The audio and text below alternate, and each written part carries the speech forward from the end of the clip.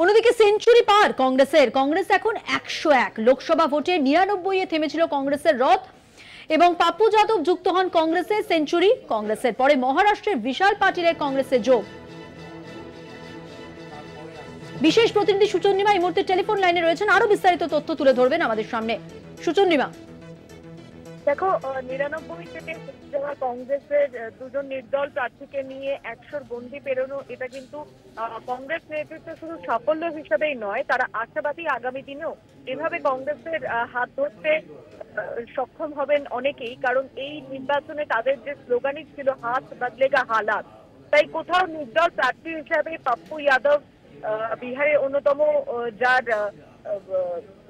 সহযোগিতা দেখা গিয়েছিল ভারত জোড়ো ন্যায় যাত্রার সময়, যে পূর্ণিয়াতে রাহুল গান্ধীর জনসভা হয়েছিল এবং যে খান দিয়ে তার যাত্রা গিয়েছিল, বিপুল জনসংখ্যা এবং বিপুল জনসংখ্যার মধ্যে যুব সম্প্রদায়ের একটা উপস্থিতি, যা পাপ্পু যাদবের একেবারে কোর ভোটার বলে পরিচিত, তারা কিন্তু সমর্থন জানিয়েছিলেন। তখনই কোথাও মনে হচ্ছিল যে পূর্ণিয়া শুধু নয়, বিহারের পূর্বাংশ থেকে যা বাংলা একেবারে লাগোয়া, সেখান থেকে কিন্তু কংগ্রেসের একটা ভালো ফলাফল বেরিয়ে আসবে।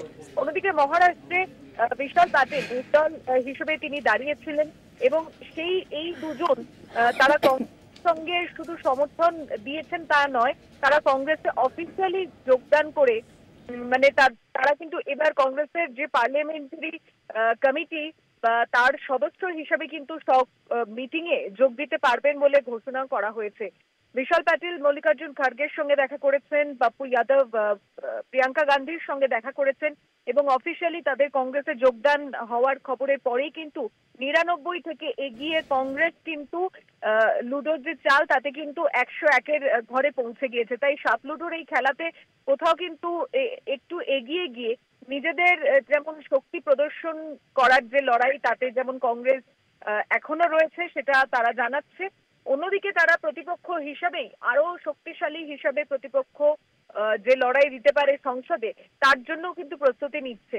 ইতিমধ্যেই বিভিন্ন জায়গায় যেটা খবর ছড়াতে শুরু করেছে যে পার্লামেন্টারি যে কমিটি, সেখানে নেতৃত্ব যেমন দেবেন সোনিয়া গান্ধী, যেমন আগেও সেই নেতৃত্ব ছিলেন, তেমনই বিরোধী দলনেতা হিসেবে রাহুল গান্ধী কিন্তু একেবারে জোর কদমে লড়াইয়ে নামবেন। তাই সংসদের অধিবেশন শুধু সময়ের অপেক্ষা এবং সময়ের অপেক্ষার মধ্যে কংগ্রেস নিজেদের রণকৌশল ঠিক করতে চাইছে যে কিভাবে তারা আক্রমণে নামবে এই সরকার, যা কোয়ালিশন গভর্নমেন্টে এবারে মোদি 3.0-তে সংসদে তারা থাকবেন।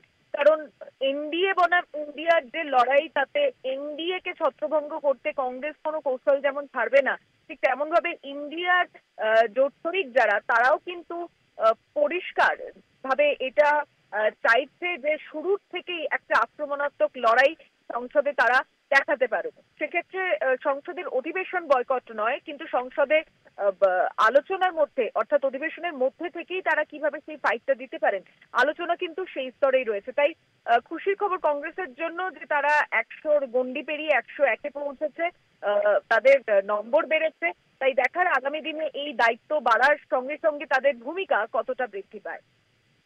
অনেক ধন্যবাদ। কথা বললাম আমাদের বিশেষ প্রতিনিধি সুচন্দ্রিমার সঙ্গে।